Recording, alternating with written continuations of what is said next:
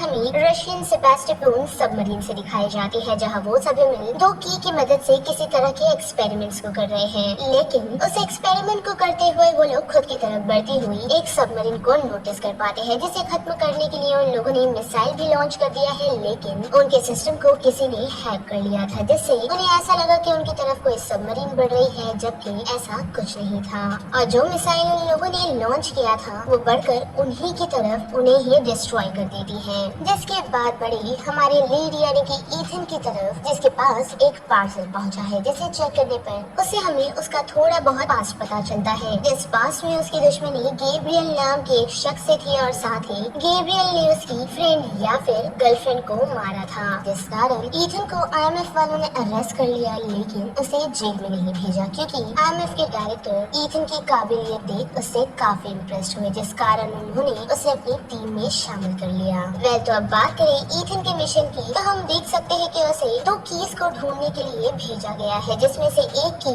उसकी colleague Elsa के पास है, जो कि अरेबियन डेजर्ट पे कहीं छुपी हुई है। साथ ही एल्सा पर लगभग 50 करोड़ डॉलर की बाउंटी लगी हुई है, जिससे हम ये अंदाजा लगा सकते हैं कि एल्सा कितनी शातिर होगी, जो हम देख भी पाते हैं, क्योंकि एल्सा की तरफ काफी सारे लोग बढ़ रहे हैं ताकि वो लोग उसे पकड़ सके। लेकिन एल्सा अपने स्नैपर की मदद से बढ़ रहे उसकी तरफ मौजूदा लोगों को चुन चुन कर मारती है। और साथ ही हम ईथन को भी वहां पहुंचता हुआ देख सकते हैं, जो एल्सा की मदद तो कर रहा है, लेकिन उसके पास पहुंचने पर उसे पता चलता है कि एल्सा की ऑलरेडी मौत हो गई है। जिसके कुछ दिनों बाद हमें कम्युनिटी नामक एक मीटिंग दिखाई जाती है, जहाँ सभी स्पाई एजेंसी के लोग मौजूद होते हैं, जो किसी खतरे के बारे में बात कर रहे हैं, क्योंकि उन लोगों को ऐसे काफी सारी इन्फॉर्मेशन मिली है कि काफी सारे सिस्टम्स को हैक किया गया है, वो भी किसके द्वारा, वो इन्फॉर्मेशन उन लोगों को अभी तक मिली नहीं। लेकिन उसी मीटिंग के दौरान हम देख पाते हैं IMF के डायरेक्टर ह्यूजिन सभी को बताते हैं कि उनकी टीम में से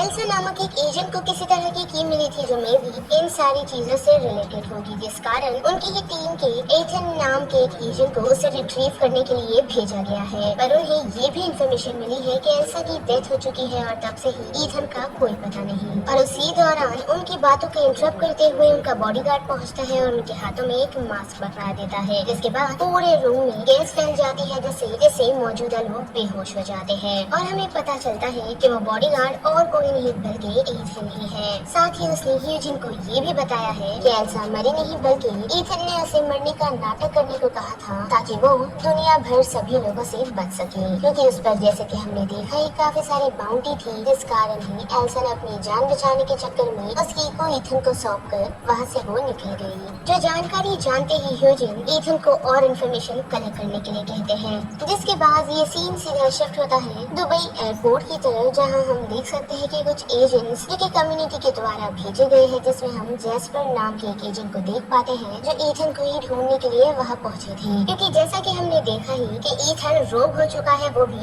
एल्सा के चलते, ताकि वो उसका नाम सारी चीजों से हटा पाए। साथ ही हम देख पाते हैं कि जैस्पर उसकी टीम को ईथन मिल चुका है, लेकिन उसे पकड़ने के लिए जैसे ही वो लोग पहुंचते हैं, तो वहाँ उन्हें पता चलता है कि वो शख्स ईथन है ही नहीं। और हमें पता चलता है कि ईथन ने अपने दो साथियों के साथ मिल कैमरास को हैक किए हैं, और वहाँ से खुद बड़े ही आसानी से बचकर वो निकल जाता है। साथ ही उसकी काफी हाई टेक्नोलॉजी चश्मे की मदद से वो उस की को लोकेट कर पाता है, जिसे सेलर यहाँ से लेकर निकल रहे हैं, जिसका पीछा करते हुए उसका सामना एक लेडी से होता है, जिसकी इन्फॉर्मेशन उसके साथियों से देते हैं। और हमें पता चलता है कि उस लेडी का नाम ग्रेस है, साथ ही वो एक चोर भी है, और उस पर काफी सारे इल्जाम भी है। लेकिन उसी बीच बेंजी को ये पता चलता है, यानी कि ईथन के साथियों को, कि वहाँ एक बॉम्ब रखा गया है, जिसे डिफ्यूज करने में बेंजी लग जाता है। वही ईथन अपने चार्म और अपनी हुनर की मदद से ग्रेस से वो चाबी लेने में कामयाब होता है। साथ ही ग्रेस को ये तक कहता है कि वो चाबी वापस सेलर की जेब में रख दे, ताकि वो पता कर पाए कि एक्शन में वो सेलर उस चाबी को लेकर जा रहा है। लेकिन ग्रेस ऐसा नहीं करती, और उसी दौरान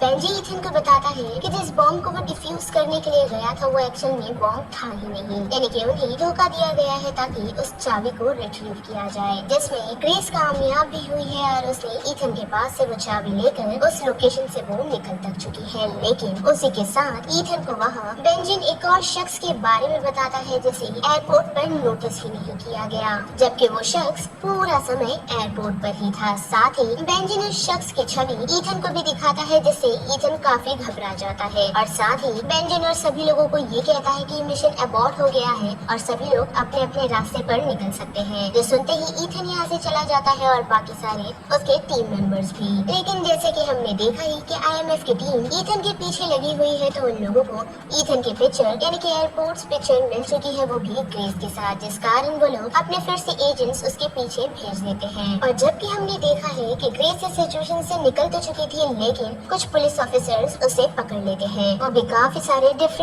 पासपोर्ट के साथ, जिसके बाद वो लोग उसे यहाँ से उनके सीनियर ऑफिसर की तरफ ले जाते हैं, जो और कोई नहीं बल्कि ईथन ही है। यानी कि ईथन ने अपने टीम मेंबर से झूठ कहा था कि मिशन अबॉर्ट किया गया है, जबकि वो ग्रेस के पीछे ही लगा हुआ है। जिसका एक रीजन ये भी हो सकता है कि ईथन अपने टीम मेंबर्स को अपने इन सारे सिचुएशन में फंसाना नहीं चाहता, जिस कारण ही उसने उन सभी को अपने इस मिशन से बैकआउट कर दिया। और बड़े फिर से ईथन और ग्रेस की तरफ, तो वहाँ हम देख पाते हैं कि ईथन ग्रेस से फिर से उसी चाबी के बारे में पूछ रहा है, ताकि वो फिर से उस चाबी को उसके सेलर के पास छोड़ा है, ताकि वो और इन्फॉर्मेशन उस चाबी के रिलेटेड निकाल पाए। पर इतना ही नहीं, बल्कि ग्रेस से उसे ये भी पता चला है कि उसे किसी शख्स का कॉल आया था, जिसने उसे उस चाबी को रिट्रीव करने को कहा था। पर साथ ही उसे ग्रेस से ये भी पता चला है कि उसके दोस्त उसका पीछा कर रहे हैं, यानी कि जैस्पर और बाकी सभी, जिस कारण ईथन उससे ये प्रॉमिस लेता है कि अगर वो उसे धोखा नहीं देगी तो वो उसे इस लोकेशन से बचाकर निकाल देगा, जिसके लिए वो हामी भरती है और वो दोनों इस सिचुएशन से निकल पड़ते हैं। लेकिन फिर से उसे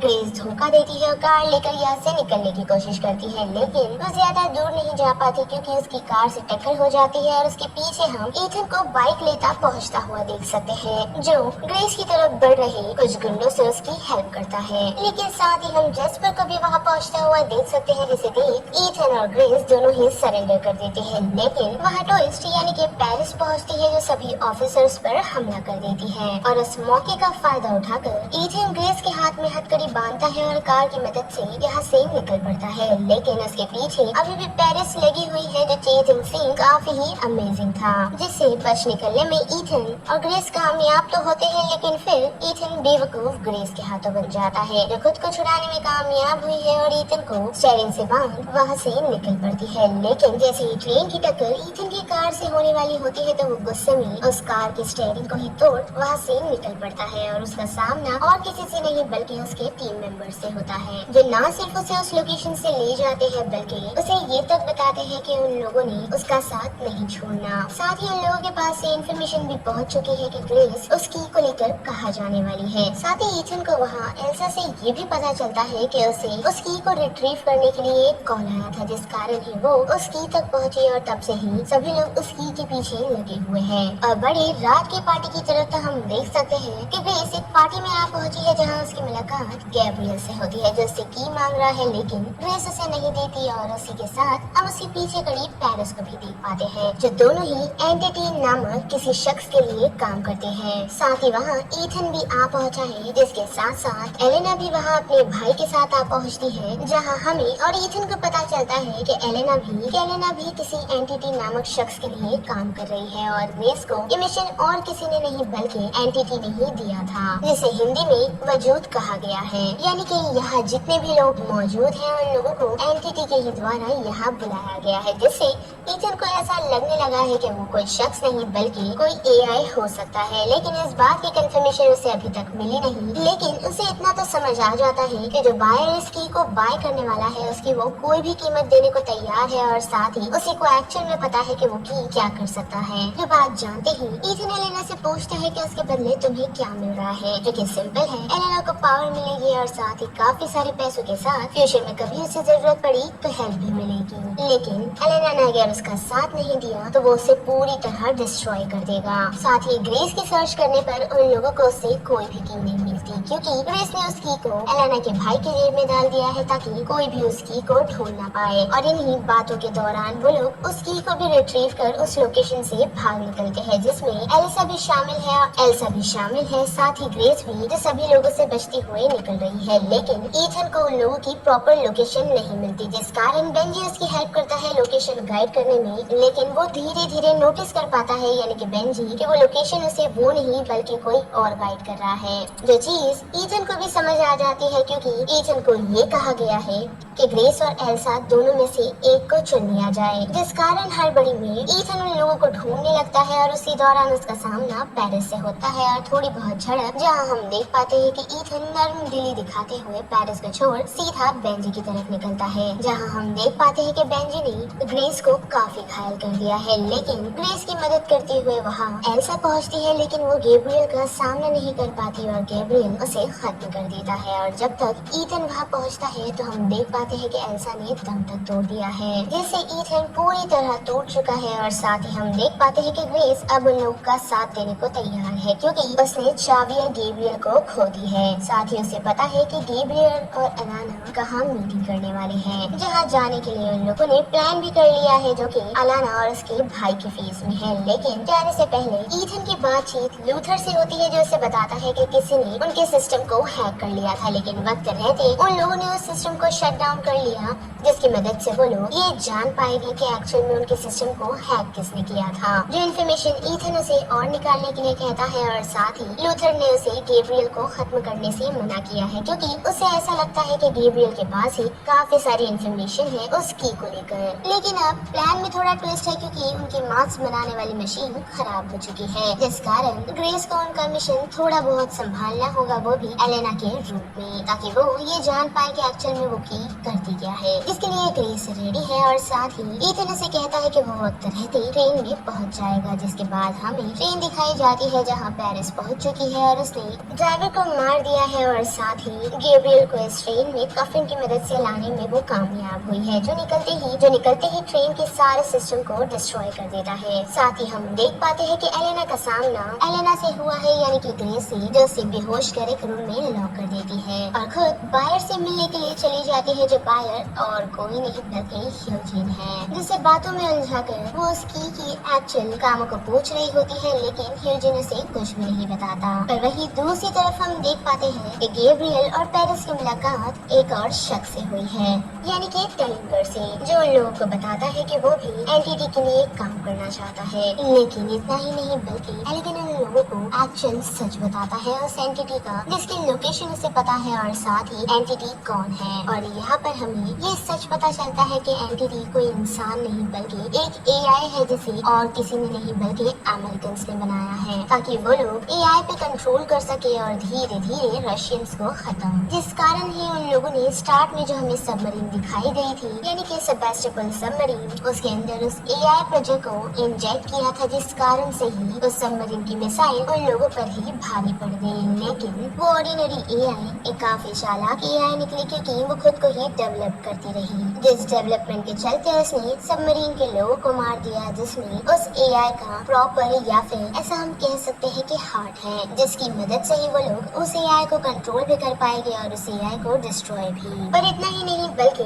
डेल निगन ने उन लोगों को ये भी बताया है कि एजेंट ह्यूजिन यहाँ पर वो की खुद के लिए रिट्रीव करने के लिए नहीं पहुँचा, बल्कि वो गवर्नमेंट के जरिए यहाँ पहुँचा है, ताकि उसके जरिए वो पूरी दुनिया को बचा सके। जिस बात को जानते ही गैब्रियल उससे पूछता है कि ये इन्फॉर्मेशन किस किस के पास है, जिसके जवाब में एलिंगन कहता है कि सिर्फ हम 3 के पास। जो जानते ही गैब्रियल एलिंगन को खत्म कर देता है और फिर पेरिस को मारने के लिए बढ़ता है, लेकिन पेरिस खुद की जान बचाने में कामयाब होती है, लेकिन अब वो काफी घायल हो चुकी है। वही हम एलेना यानी कि ग्रेस को देख सकते हैं, जिसने उस की को ह्यूजिन को ना देने का इरादा बना लिया है। लेकिन वही बात करें ईथन की, तो ईथन के पास कोई और रास्ता नहीं, क्योंकि वो एक पहाड़ की चोटी पर है और ट्रेन तक जाने के लिए उसे बाइक की मदद से कूदना होगा। जो सीन अगर आप सभी को याद होगा कि टॉम क्रूज ने खुद ही किया है, जिसे हम स्क्रीन पर भी देख पाते हैं। जो सीन काफी ही अमेजिंग लग रहा है और साथ ही वही ट्रेन में हम देख पाते हैं कि ग्रेस उस की को लेकर जैसे ही वहाँ से निकल रही होती है, तो एलेना उसके सामने आ खड़ी होती है, जिस कारण उसे पकड़ लिया जाता है। और साथ ही ऑलमोस्ट जब उसे मारने ही वाले होते हैं, तो ईथन एक हीरो लैंडिंग करते हुए वहाँ पहुँचता है और उस शख्स को मार गिराता है जो ग्रेस को मारने ही वाला था।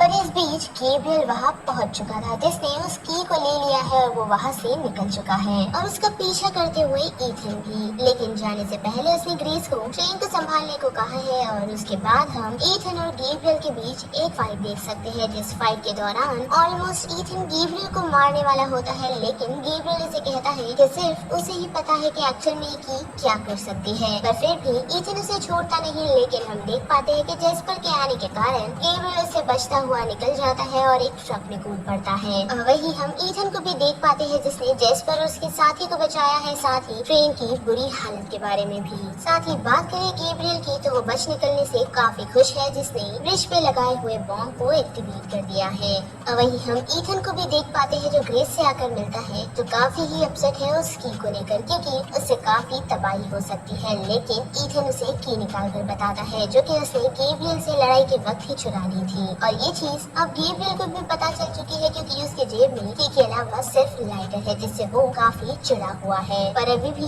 ईथन और ग्रेस की ये लड़ाई खत्म नहीं हुई है, क्योंकि उन लोगों को ट्रेन को रोकना है, जिसके लिए उन लोगों ने ट्रेन के उस इंजन को ही अलग कर दिया है, क्योंकि ट्रेन के इंजन को पूरी तरह बर्बाद कर दिया था, जिसे रोकने का कोई भी ऑप्शन नहीं था। और जैसे ही इंजन ब्रिज की तरफ पहुंचता है तो एक धमाका होता है, जिससे बचे हुए डब्बे भी यानी कि ट्रेन के बचे हुए डब्बे भी नीचे गिरने लगते हैं, जो सीन जॉ ड्रॉपिंग था, जिससे बचने की कोशिश ईथन और ग्रेस तो कर रहे हैं, लेकिन वो लोग ऑलमोस्ट गिरने वाले होते हैं, जहां उन्हें बचाते हुए और कोई नहीं बल्कि पैरिस पहुंचती है, जिसने उन दोनों को बचाया ही नहीं बल्कि उस सबमरीन के बारे में भी बताया है जिसका नाम सेबास्टोपोल है, जिसके बारे में ईथन को थोड़ी बहुत इन्फॉर्मेशन है। और इतना कहते ही पैरिस की भी मौत हो जाती है, लेकिन ईथन वहाँ ग्रेस को छोड़ निकलता है यही कहते हुए कि वो ह्यूजीन से मिले, और पैराशूट की मदद से वो यहाँ से निकल पड़ता है। लेकिन वही हम ह्यूजीन को देख पाते हैं जिसकी मुलाकात फिर से ग्रेस से हुई है, जो उसे यही कहती है कि ईथन ने उसे IMF में शामिल करने के लिए कहा है, जिसके जवाब में ह्यूजीन उसे कुछ भी नहीं कहता। लेकिन वही हम जेस्पर को देख पाते हैं जिसने ट्रेन खाली कर दी है, और साथ ही उसकी मुलाकात पैरिस से भी हुई है, जिससे उसे ये पता चलता है कि पैरिस की डेथ नहीं बल्कि वो अभी भी बची हुई है। और फिर ये सीन ईथन की तरफ मुड़ता है, जहाँ हम उसके हाथ में उसी की को नोटिस कर पाते हैं, और साथ ही उसकी मुलाकात बेंजिन से हुई है। और यहाँ पर मिशन इम्पॉसिबल 7 यानी कि डेड रेकनिंग